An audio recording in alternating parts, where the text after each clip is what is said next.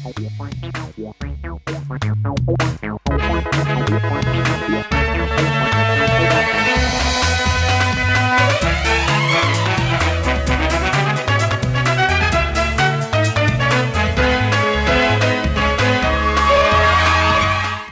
मेरा नाम है जयंती झा और आप देख रहे हैं राष्ट्रीय समाचार। पहले बिना देर की एक नजर डालते हैं हेडलाइंस पर। शहजाद पूनावाला का कांग्रेस पर हमला, कांग्रेस ने उत्सव को किया मैला। पूनावाला ने कहा बब्बर शेर आम लोगों के जूते खाकर भाग रहे। रणजी फाइनल से पहले उमर अब्दुल्ला की टीम जेएनके पर बड़ा भरोसा, ट्रॉफी घर लाएगी टीम। उमर अब्दुल्ला का खिलाड़ियों को संदेश, रणजी फाइनल में जम्मू कश्मीर से उम्मीदें, सीएम ने बढ़ाया हौसला। अमित शाह के बिहार दौरे पर विपक्ष ने उठाए सवाल, सीमावर्ती इलाकों को केंद्र शासित प्रदेश बनाने के आरोप। मंत्री लखेंद्र पासवान ने आरोपों को बताया बेबुनियाद। मजहब का विवाद अब स्कूलों तक पहुंचा, हिंदू छात्र मजबूर, माहौल गरमाया। बीएचपी बजरंग दल पहुंचे, मौके पर बवाल। मराठी भाषा दिन पर उद्धव ठाकरे का बड़ा बयान, केजरीवाल सिसोदिया के निर्दोष होने पर बीजेपी पर साधा निशाना। राम राज्य को लेकर उठाए सवाल। दिल्ली की राउज एवेन्यू कोर्ट ने कथित शराब घोटाले मामले में अरविंद केजरीवाल को बरी कर दिया। अदालत के फैसले के बाद केजरीवाल दिल्ली स्थित हनुमान मंदिर कनॉट प्लेस पहुंचे। आम आदमी पार्टी के कई कार्यकर्ता मौजूद रहे। आपकी जानकारी के लिए बता दें कि अरविंद केजरीवाल जो हैं वो आज हनुमान मंदिर दर्शन के लिए पहुंचे और ये तस्वीरें उस फैसले के बाद सामने आई है जिस फैसले में निचली अदालत ने अरविंद केजरीवाल को सबूतों के अभाव में बरी किया था। तस्वीरों में देखा जा सकता है सुनीता केजरीवाल जो कि अरविंद केजरीवाल की पत्नी हैं, इसके अलावा सत्येंद्र जैन, वहीं मनीष सिसोदिया समेत कई बड़े नेता जो हैं वो आज दिल्ली में हनुमान मंदिर अरविंद केजरीवाल के साथ वहां पहुंचे हैं। अरविंद केजरीवाल जो पूर्व मुख्यमंत्री हैं वो इस समय दिल्ली के कनॉट प्लेस में हनुमान जी के दर्शन करके जो हैं वो लौट रहे हैं, क्योंकि कल ही कोर्ट से बरी होने के बाद जो है अरविंद केजरीवाल ने सीधे तौर पर जो है हनुमान जी की शरण ली है। तो अब देख सकते हैं कि अरविंद केजरीवाल जो है वो हनुमान मंदिर के दर्शन करके जो है इस समय निकल रहे हैं। दिल्ली के कनॉट प्लेस का ये इलाका है और दिल्ली के कनॉट प्लेस स्थित हनुमान मंदिर के दर्शन करके अरविंद केजरीवाल इस समय जो है वो निकले हैं, क्योंकि इसके बाद जो है तमाम कार्यकर्ताओं को संबोधित करने के लिए आम आदमी पार्टी के मुख्यालय जाएंगे। और क्योंकि कल ही जब कोर्ट का यह आदेश आया और उस जो शराब घोटाले मामले में उनको बरी किया गया है उसके बाद से ही वो हनुमान की शरण जो है वो लेते दिखाई दिए। और लगातार जिस तरीके की तस्वीरें कल कोर्ट से निकल के आई, जब वो मीडिया से जब वो बात कर रहे थे तब मीडिया के सामने वो रो भी पड़े, भावुक हो गए थे। और उसके बाद आज सुबह जो है हनुमान मंदिर वो दर्शन करने के लिए पहुंचे और तमाम कार्यकर्ता जो है इस समय मेरे पीछे आप देख सकते हैं वो मौजूद हैं। अब यहाँ से अरविंद केजरीवाल जो है सीधे तौर पर आम आदमी पार्टी के मुख्यालय जाएंगे और वहाँ पर कार्यकर्ताओं को संबोधित करेंगे। कैमरा पर्सन सुमित के साथ दीपक कुशवाहा की रिपोर्ट, दिल्ली। एआई समिट में कांग्रेस द्वारा विरोध प्रदर्शन को लेकर अब फिर से शहजाद पूनावाला कांग्रेस पर हमलावर नजर आए हैं। एआई समिट में देश की सबसे पुरानी पार्टी ने इस उत्सव को मैला किया, ये कहते हुए दिखाई दिए शहजाद पूनावाला। साथ ही साथ उन्होंने ये भी कहा कि विदेशी अतिथियों के सामने कांग्रेस ने कपड़े उतारे। नाकामी की हताशा मन में और अहंकार कांग्रेस के सिर पर है। कांग्रेस पार्टी वोट चोरी से नहीं हारती। कांग्रेस पार्टी को देश की जनता वोट देने के लायक ही नहीं समझती, क्योंकि कांग्रेस पार्टी एक बीजेपी का विरोध करते करते देश का विरोध करती है। चाहे वो एआई समिट हो, चाहे वो ऑपरेशन सिंदूर हो, चाहे वो भारत की वैक्सीन हो, तो कांग्रेस के इस प्रकार के रवैये को देखकर मिलेनियल्स ने तो कांग्रेस को पहले से ही बाहर कर दिया। हमने देखा है कि 3 लोकसभा चुनाव हो, बिहार चुनाव हो, महाराष्ट्र हरियाणा के चुनाव हो और अब तो जेन जी भी कांग्रेस के जेन डी जेनरेशन डायनेस्टी को नकार रही है। कॉलेज और यूनिवर्सिटी में जो छात्र संघ के चुनाव होते हैं, चाहे दिल्ली में हो या चाहे हैदराबाद में हो या देश के किसी भी हिस्से में हो, जेन जी जेन डी को भगा रही है। कांग्रेस का जेन डी जेनरेशन डायनेस्टी है, जेनरेशन एंटाइटलमेंट है और जेन जी इसको उसी प्रकार से नकार रही है जैसे देश की जनता ने कांग्रेस को नकारा है। रणजी ट्रॉफी 2025-26 के फाइनल से पहले जम्मू कश्मीर के मुख्यमंत्री उमर अब्दुल्ला ने टीम का मनोबल बढ़ाते हुए कहा कि खिलाड़ियों ने अपनी क्षमता पर पूरा विश्वास जताया है और सपोर्ट स्टाफ के साथ मिलकर बेहतरीन प्रदर्शन किया है। उन्होंने टीम के सामूहिक प्रयास और समर्पण की सराहना करते हुए भरोसा जताया कि ये मेहनत उन्हें सफलता के करीब ले जाएगी। Completes a historic victory. A lot of people thought this wasn't possible, but I think this shows that self-belief is the most important thing. I think Jammu and Kashmir team believed in itself, believed in its abilities, and the support staff, the entire team around them have done such an amazing job. So yeah, we're hoping that they'll bring the trophy back home with them. So not just cricket, I think the success of it will reverberate across the spectrum, especially for people Jammu and Kashmir. And how do you see that, sir? Cricket in Jammu Kashmir Well, needs to change. I mean, clearly, this success will create a new generation of role models. Also, it's been a very long time. We've been waiting for people from Jammu and Kashmir to don the Indian colours and play for the country. So hopefully, good things ahead. Sir, KSA has banned water bottles for spectators and because of your visit. Well, I'm really sorry to hear that, and I don't think that should be done. If they were allowed for the first 4 days, they should be allowed today. There's no reason why anything should be done differently. And if it has been done through you, I'd appeal to them to please reverse that decision. And whatever they did for the first 4 days should be allowed for the 5th day. It's too warm. People like us are fasting. We don't need water. But those who are not, I think it would be very unfair to deny them the opportunity to carry a bottle of water into the ground. केंद्रीय गृह मंत्री अमित शाह के हालिया बिहार दौरे को लेकर विपक्ष द्वारा उठाए गए सवालों पर राज्य सरकार ने अब पलटवार किया है। विपक्षी नेताओं ने आरोप लगाया कि सीमावर्ती क्षेत्रों को काटकर केंद्र शासित प्रदेश बनाने की मंशा है। इस पर बिहार सरकार के मंत्री लखेंद्र पासवान ने कहा कि गृह मंत्री का 3 दिवसीय दौरा पूरी तरह सुरक्षा समीक्षा के लिए था। उन्होंने साफ किया कि किशनगंज, अररिया और फारबिसगंज जैसे सीमावर्ती इलाके संवेदनशील हैं और उनकी सुरक्षा सुनिश्चित करना केंद्र सरकार की जिम्मेदारी है। बिहार के लोग जो है पूरे बिहार के जनमानस भारत सरकार के गृह मंत्री माननीय अमित शाह जी को धन्यवाद दे रही है, जो आज गृह मंत्री जी 3 दिवसीय दौरे पर बिहार में और सीमांचल का जो भाग है, सीमांचल का जो क्षेत्र है, किशनगंज हो गया, कटिहार, अररिया, सुपौल, मधेपुरा, ये किशनगंज के भाग जो किसी कारण से असुरक्षित है और एक बगल से पश्चिम बंगाल और दूसरी बगल से नेपाल के सीमाओं से घुसपैठिया जो जिस प्रकार उधर के सीमांचल में घुस रही है, उसका जो निश्चित रूप से जो चुनाव के समय गृह मंत्री जी ने जो आश्वासन दिया था कि हम सीमा को सुरक्षित करेंगे और बिहार के सीमा को, देश के सीमा को सुरक्षित कर रहे हैं। लगातार 3 दिनों से लगातार बिहार के माननीय उप मुख्यमंत्री जी और भारत सरकार के केंद्रीय गृह राज्य मंत्री जी के साथ पूरे प्रशासनिक बैठक कर रहे हैं, गृह विभाग के साथ बैठक कर रहे हैं, डीजीपी के साथ बैठक कर रहे हैं, सभी जिलाओं को 7 जिलाओं को डीएमएसपी के साथ बैठक कर रहे हैं। अब बैठक करके सीमा का सुरक्षा कैसे हो, कोई घुसपैठी बिहार के अंदर नहीं आवे, इसकी पूरी व्यवस्था कर रहे हैं अमित शाह जी। इसके लेकर बिहार के जनता उनको बधाई देती है। और वहाँ सीमांचल की राज्य का चर्चा कहाँ हो रहा है, सीमांचल को सुरक्षित करने की चर्चा हो रही है। मजहब की लड़ाई क्या अब स्कूलों तक भी पहुंच गई है? ये सवाल कच्छ से एक मामला सामने आने के बाद उठने शुरू हो गए हैं। जहां बच्चों के हाथों में किताबें होनी चाहिए, वहां धर्म को लेकर विवाद खड़ा हो जाए तो सवाल उठना लाजमी है। कच्छ जिले के नखत्राना तहसील स्थित देवपर प्राथमिक विद्यालय से एक संवेदनशील मामला सामने आया है। आरोप ये लगाया जा रहा है कि कक्षा 6 के कुछ छात्रों ने अन्य हिंदू छात्रों को स्कूल परिसर में नमाज पढ़ने के लिए मजबूर किया। बताया ये भी जा रहा है कि यह घटना करीब शनिवार को 2 बजे दोपहर की बताई जा रही है। डरे हुए छात्रों ने 5 दिन बाद अपने परिजनों को इसकी जानकारी दी, जिसके बाद मामला अब तूल पकड़ता हुआ दिखाई दे रहा है। घटना की जानकारी मिलते ही विश्व हिंदू परिषद, बजरंग दल के पदाधिकारी पुलिस के साथ स्कूल पहुंचे। प्रशासन से जवाब मांगा गया।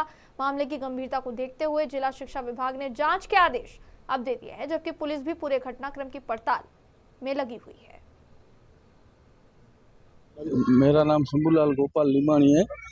मेरा बच्चा इधर 6 शेष शब्द में पड़ता है, तो उसको कायमी टॉर्चर बहुत है।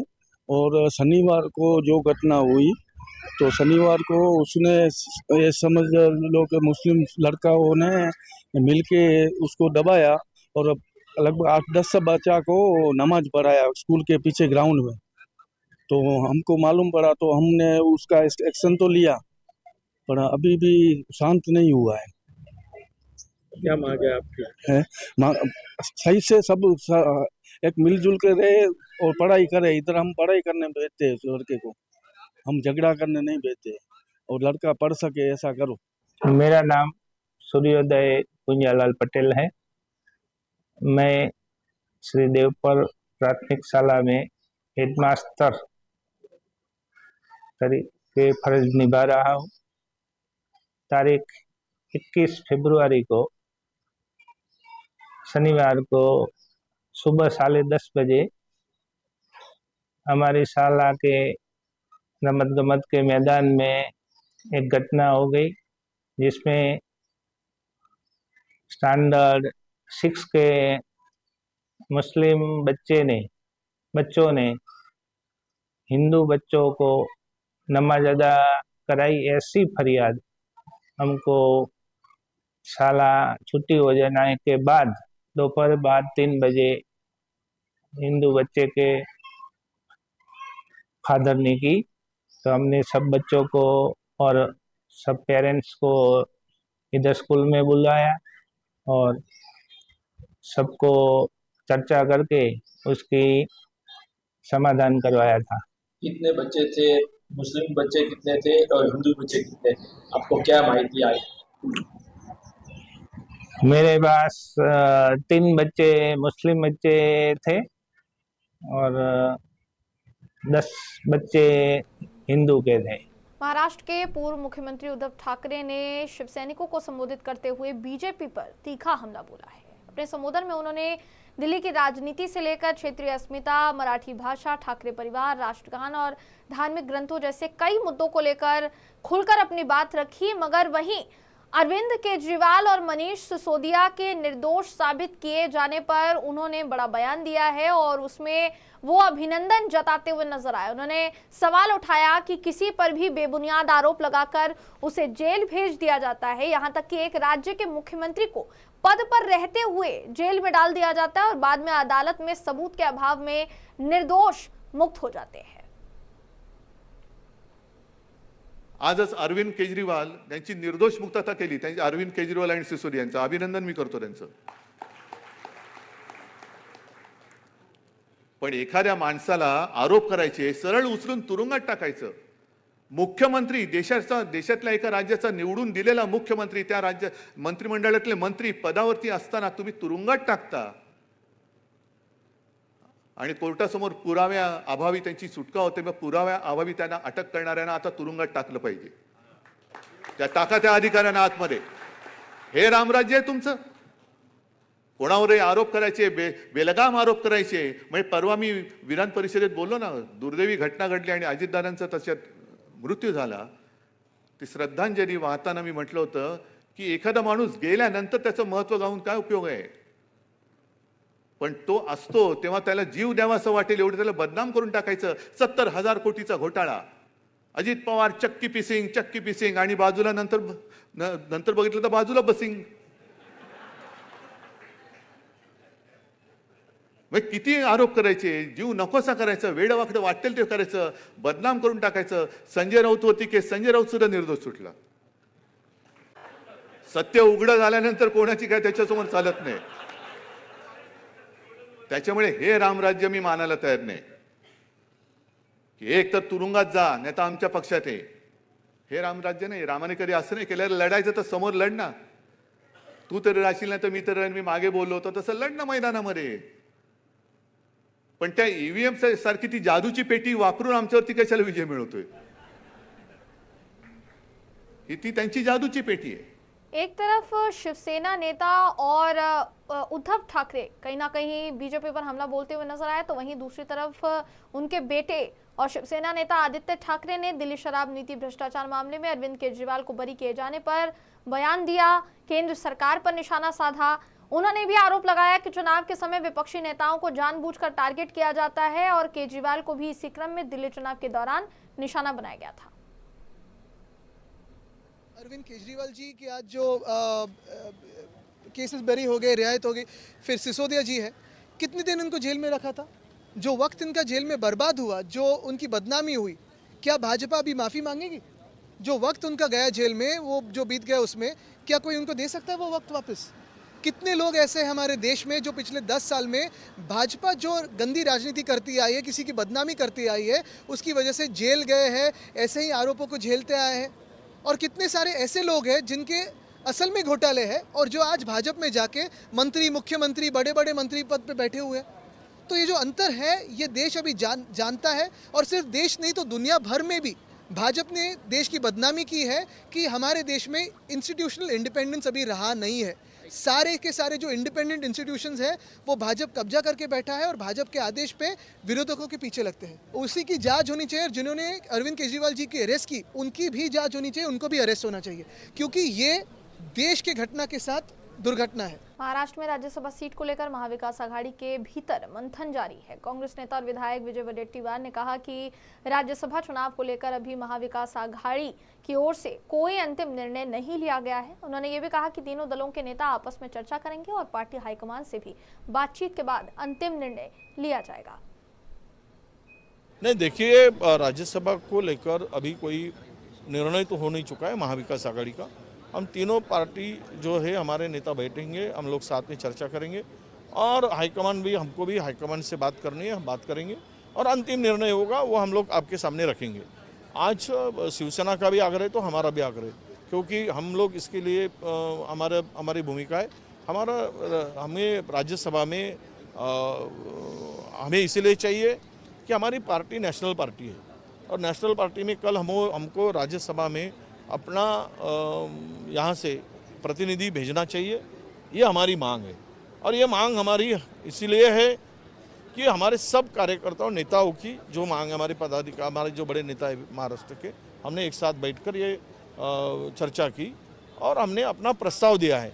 वही प्रस्ताव जो हमारे उद्धव जी ठाकरे पक्ष के तरफ से है, उनके तरफ से भी काफ़ी सारे इच्छुक है और हमारे तरफ से भी बहुत सारे लोग इंटरेस्टेड है। पर आखिरी निर्णय जो होगा 1-2 दिन में हो जाएगा और जिसके हिस्से में ये जाएगी उसका निर्णय हम लोग 1-2 दिन में करेंगे। गाजियाबाद के लोनी थाना क्षेत्र में यूट्यूबर सलीम वास्तिक पर उनके अली गार्डन स्थित कार्यालय में बाइक सवार 2 अज्ञात हमलावरों ने गर्दन पर धारदार हथियार से ताबड़तोड़ वार कर जानलेवा हमला किया। गंभीर रूप से घायल सलीम को पहले स्थानीय अस्पताल ले जाया गया, जहां से हालत नाजुक होने पर दिल्ली के गुरु तेग बहादुर अस्पताल रेफर किया गया।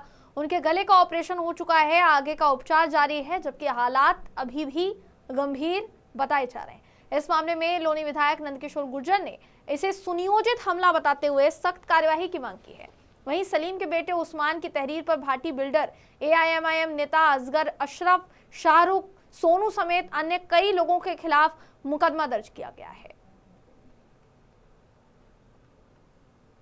ये पूरे देश को हिलाने वाली घटना है। एक एक व्यक्ति स्तब्ध है। भारतीय जनता पार्टी की सरकार में बने योगी जी तो से मुख्यमंत्री बने, किसी की हैसियत नहीं उत्तर प्रदेश में। ये जिस तरह का उदयपुर में हुआ उससे घिनौना कृत्य है। सलीम जो बोलते थे उसके लिए कानून है अगर किसी को खराब लग रहा है, लेकिन इस तरह से चैलेंज करके मैं एक वीडियो देख रहा हूँ, वायरल हो रही है कि जो रसूल के खिलाफ बोलता है उसको तुरंत मार देना चाहिए। और जो लोग आए तो वो कोई घटना ऐसी नहीं है। लौनी में पहले भी आतंकवादी पकड़े गए हैं जिन्होंने पार्लियामेंट पर हमला किया। बहुत संवेदनशील जगह है। पूरा यहाँ जो देवबंद है वो मदनी लगातार जहर उगलता है और भी कई मौलाना है। ये मौलाना ही नहीं है, ये जिहादी है कट्टर। जब तक इनका इलाज नहीं होगा हिंदुस्तान में कभी बवाल करा देंगे। मुसलमान कम पढ़े लिखे हैं, उनकी जो है बुद्धि पे पत्थर पड़े हुए हैं। अली गार्डन क्षेत्र में एक व्यक्ति को 2 अज्ञात व्यक्तियों द्वारा चाकू मारकर घायल कर दिया गया है। इस सूचना के आधार पर तत्काल थाना लोनी पुलिस द्वारा फील्ड यूनिट को बुलाते हुए मौके पर पहुंचकर जानकारी की गई तो यह ज्ञात हुआ कि घायल व्यक्ति सलीम पुत्र नूर हसन, उम्र करीब 50 वर्ष, निवासी अली गार्डन, निठोरा रोड, कस्बा चौकी क्षेत्र के निवासी हैं, जिन्हें तत्काल थाना लोनी पुलिस द्वारा घायल अवस्था में उपचार हेतु 50 सैया अस्पताल पहुंचाया गया, जहां डॉक्टरों द्वारा उन्हें रेफर कर दिए जाने के उपरांत एम्बुलेंस में तत्काल जीटीबी हॉस्पिटल तक पहुंचाया गया, जहां पर वह अभी उपचाराधीन है। परिजनों से प्राप्त तहरीर के आधार पर थाना लोनी पर सुसंगत धाराओं में अभियोग पंजीकृत किया गया है एवं घटनास्थल के आसपास के सीसीटीवी कैमरों की फुटेज चेक की जा रही है तथा अज्ञात अभियुक्तों की गिरफ्तारी हेतु टीमों का गठन किया गया है। मौके पर शांति व्यवस्था पूर्णतः कायम है। अग्रिम विधिक कार्यवाही प्रचलित है। केंद्रीय गृह मंत्री अमित शाह बिहार के 3 दिवसीय दौरे पर पहुंचे, जिनमें उन्होंने सीमांचल क्षेत्र का दौरा कर सुरक्षा और घुसपैठियों से निपटने की रणनीति की समीक्षा की।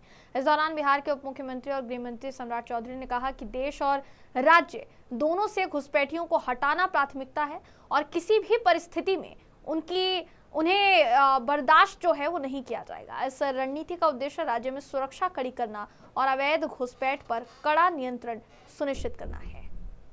देखिए, बिहार से आदरणीय गृह मंत्री जी और सभी राष्ट्र की सुरक्षा से कोई खिलवाड़ नहीं कर सकता है और एक एक घुसपैठी को बिहार से भी बाहर करना है, ये स्पष्ट है। सरकार लगातार इस पर नीतियां बनाती रही है और जो भी घुसपैठी है सबको बिहार से बाहर करेंगे। फिलहाल खबरों में बस इतना ही। खबरों का सिलसिला यूं ही जारी रहेगा। देश और दुनिया की तमाम खबरों के लिए देखते रहिए राष्ट्रीय समाचार।